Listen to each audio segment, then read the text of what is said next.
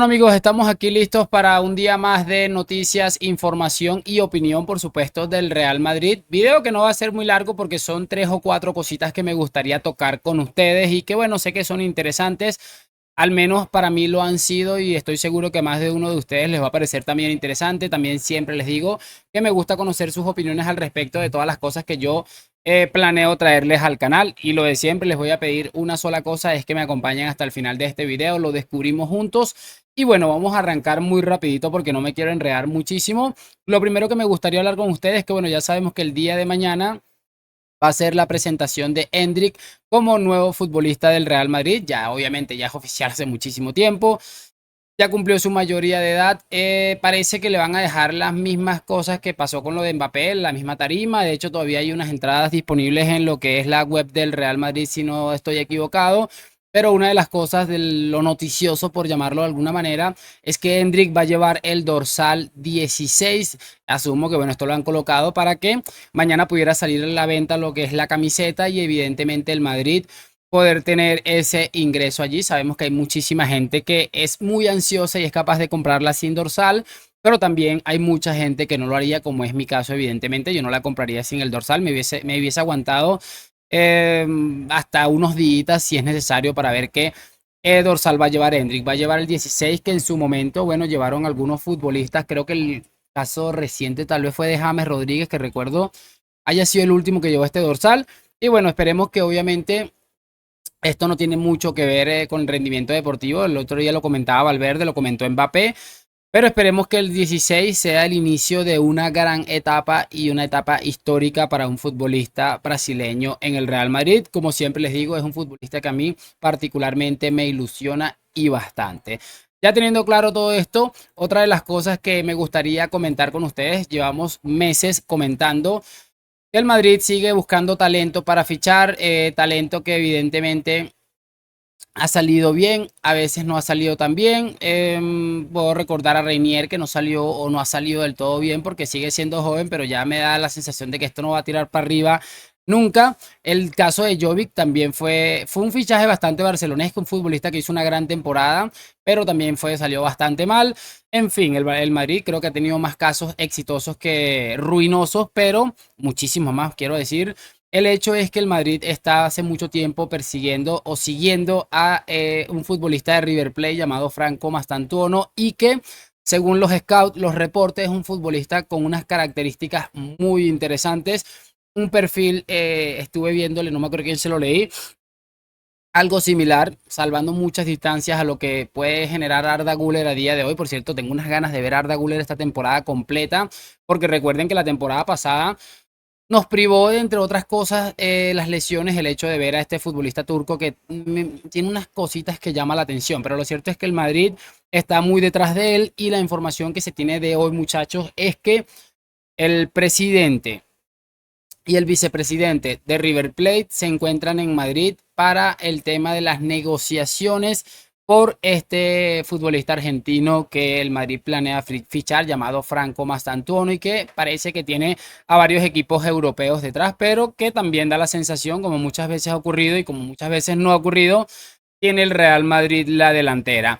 Yo no puedo hablarle mucho de este futbolista porque, como siempre les digo, no lo tengo muy estudiado, que digamos, pero es evidente, cracks, que si el Madrid le puso el ojo fue por algo porque creo que tiene muy buena gente haciendo este trabajo. No en vano tienes seguramente los mejores futbolistas del mundo en la plantilla y muchos de ellos prácticamente tú los fabricaste. Así que para tenerlo en cuenta, vamos a ver cómo sale esto, pero por supuesto lo iremos comentando. Ahora, mejor dicho, vamos a hablar un poco, muchachones, de esta imagen que les voy a mostrar acá, que me pareció llamativa y que me gustaría hablarla con ustedes. El tweet dice lo siguiente: esto es exactamente a lo que me refiero con el diferente trato entre fallos ante fallos. Una campaña de acoso y derribo ante un chaval por parte de toda la prensa. ¿Habéis visto algo igual? Y aquí sigue diciendo, no es normal que se mire por donde se mire. No es un niño que debutó hace 6 meses con 16 años, o es un niño que debutó hace 6 meses con 16 años, que viene a hacer actuaciones muy buenas en su club y en la primera están todos, bueno. Y hace como un reporte o un balance de muchas portadas de medios de comunicación, entre los que están tiempo de juego de la COPE, Marca, aparece Teledeporte. Por aquí se ve el diario AS y bueno, un montón de cosas que han estado ahí analizando. Y mira que me parece llamativo, por eso le he dado like, porque yo no estoy de acuerdo en esta campaña de acoso y derribo, que creo que sí estamos todos de acuerdo en esto, que se le está haciendo a este chico porque tuvo un fallo. Aquí lo curioso de todo esto es que este tipo de medios, este tipo de redes sociales, de cuentas de Twitter, o como quieran llamarlo, no hacen la referencia igual, ni siquiera similar cuando pasa algo, por ejemplo, en la campaña de acoso y derribo, que creo que ha sido 3 veces más salvaje la que ha estado expuesta a Vinicius Junior. Por ejemplo, yo no creo, honestamente, que más allá de todas estas portadas en las que, por cierto, no estoy de acuerdo y estoy totalmente de acuerdo en ese aspecto con el tema del tweet, no creo que sea nada bueno que esté en este tipo de situaciones.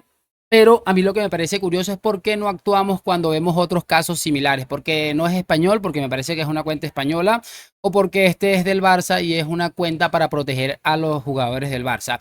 Y siempre he dicho una cosa, para mí, una de las cosas principales que llevan a estos futbolistas a estas situaciones son los mismos personajes que de alguna manera rodean al Fútbol Club Barcelona con estas inflaciones absolutamente gratuitas y que yo siempre he dicho no los llevan a ningún lado y lo que hacen es más perjudicarlos que beneficiarlos. Pero por eso les digo, no estoy de acuerdo, pero me parece ridículo cómo nos hacemos de la vista gorda cuando vemos algo así, por ejemplo, como lo que vivió Vinicius, que es un pequeño ejemplo, o cómo nos indignamos cuando le pasa esto, por ejemplo, a un futbolista del Barça y de la selección española como lo es Pau Cubarsí. Y que repito, no estoy nada de acuerdo, pero no podemos hacernos los de la vista gorda.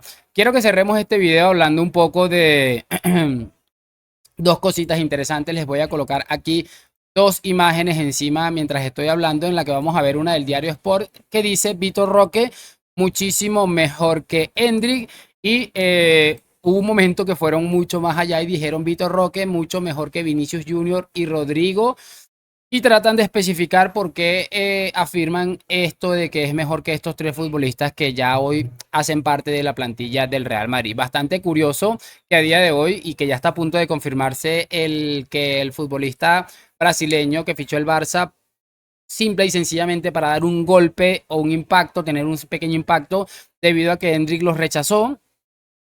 Ahora se va a ir a Arabia. Es muy interesante recordar todo esto. En mi otro canal analizaba unas declaraciones de Quillo Barrios en las que hablaba, entre otras cosas, de cómo el Barça es una trituradora de talento. Tal vez este chico no era la quinta maravilla de no sé qué y tal. Creo que es Jorge Méndez el que estaba encargado de esta operación o el representante de este chico.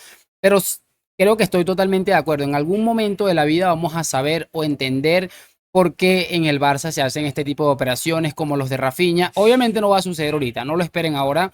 No lo esperen ahora porque va a llegar un punto en el que no va a estar esta directiva y a la prensa a lo mejor, como ha pasado en otras situaciones, les da por investigarse y no les da por aplaudir con las orejas.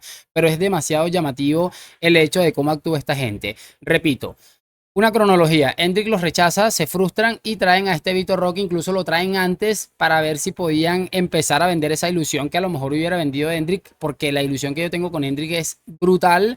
No le sale del todo bien, es una operación cuanto menos llamativa, lo quieren mandar a Arabia para intentar sacar no sé qué y el chico evidentemente destruido no quiere marcharse a Arabia con 18 años, es que es absolutamente de locos y lo que más me parece increíble es cómo los medios de comunicación actúan en este tipo de situaciones. Repito, es que podemos juntarlo incluso con lo que acabamos de ver de Cubarsí. Vitor Roque mejor que todos los futbolistas del Real Madrid, tan solo unos meses después este chico se tiene que ir a Arabia por una razón que, bueno, en algún momento entenderemos, porque siquiera podemos decir que se le ha dado una oportunidad para entenderlo. Pero bueno, no me voy a enredar mucho más, pero sí me gustaría saber sus opiniones, me lo dejan en los comentarios. Por supuesto, like, suscripción a la Madrid. Nos vemos en un próximo video y chao, chao.